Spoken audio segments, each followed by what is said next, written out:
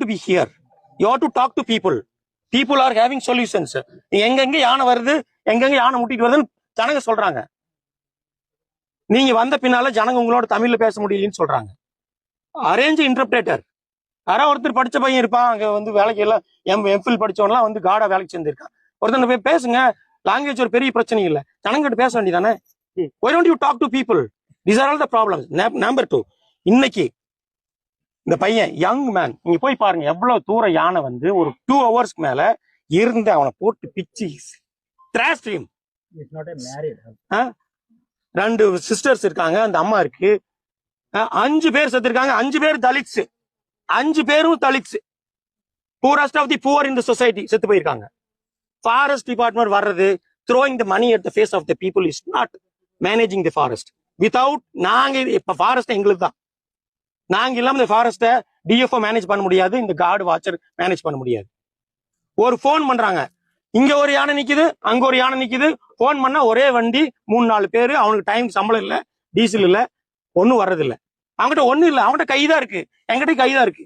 பாருங்க, police officers எல்லாம் ஒரு வெப்பன் வச்சிருப்பாங்க கையில.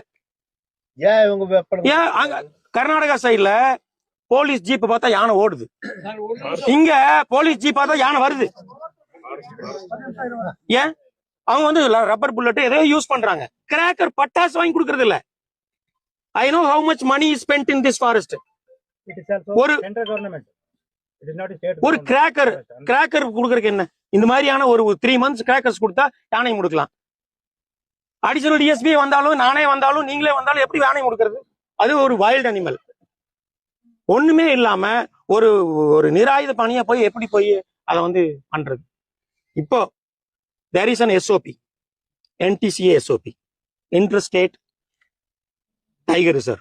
பக்கத்து ஸ்டேட்ல 20 lakhs கொடுக்குறாங்க, 20 லட்சம் ரூபாய் கொடுக்குறாங்க. கர்நாடகால 5 கிலோமீட்டருக்கு அந்த பக்கம் ஒருத்தர் இறந்துட்டா 20 lakhs, தமிழ்நாட்டுல 10 lakhs. அந்த SOP பிரகாரம் நீங்க வந்து ஹையஸ்ட் ப்ரிவைலிங் ரேட் நீங்க கொடுக்கணும். ஹையஸ்ட் ப்ரிவைலிங் ரேட் கொடுக்கறது கவர்மெண்ட்ல இருந்து வரக்கு லேட் ஆச்சுன்னா ஃபவுண்டேஷன்ல இருந்து கொடுக்க சொல்லியிருக்கிறான். ஃபவுண்டேஷன்ல பணம் இருக்கு, ரோட்ல போற லாரிக்கெல்லாம் நம்ம பணம் வசூல் பண்ணிட்டு இருக்கிறோம். ஃபவுண்டேஷன்ல இருந்து இந்த பையனுக்கு 20 லட்சம் ரூபாய் கொடுங்க, அந்த family 20 lakhs as per SOP. நான் வந்து இமேஜினரி டிமாண்ட் கிடையாது, அது கொடுங்க. நம்பர் 2, வாங்க வாங்க வாங்க, ஒரு நிமிஷம், 20 லட்சம் ரூபாய் கொடுக்கணும். 2வது, உடனடியா அங்க யானை வராத நீங்க நடவடிக்கை எடுக்கணும். 3, அவங்க என்ன சொல்லியிருக்கிறாங்கன்னா போஸ்ட் மார்ட்டம் வந்து இங்கேயே நடக்கணும்னு சொல்லியிருக்காங்க. ஏன்னா ரொம்ப மோசமா ஆயிப்போச்சு, நீட்டு போவேன்.